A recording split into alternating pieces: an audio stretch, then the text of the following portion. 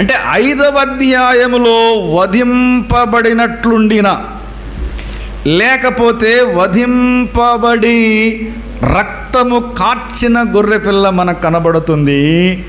19వ అధ్యాయంలో వధించిన గొర్రెపిల్ల కాదు, గుర్రం మీద కూర్చున్న ఆయన. ఇది తేడా. 5వ అధ్యాయములో నిన్ను నన్ను మనందరినీ పాప దాస్యము నుండి, శాపము నుండి, పితృ పారంపర్యమైన వ్యర్థ ప్రవర్తన విడిచిపెట్టినట్లుగా వెండి బంగారముల చేత మీరు విమోచింపబడలేదు కానీ ఏమన్నాడు? అమూల్యమైన రక్తము చేతనగా నిర్దోషమును నిష్కళంకమునగు గొర్రెపిల్ల వంటి క్రీస్తు రక్తము చేత విమోచించబడితిరి.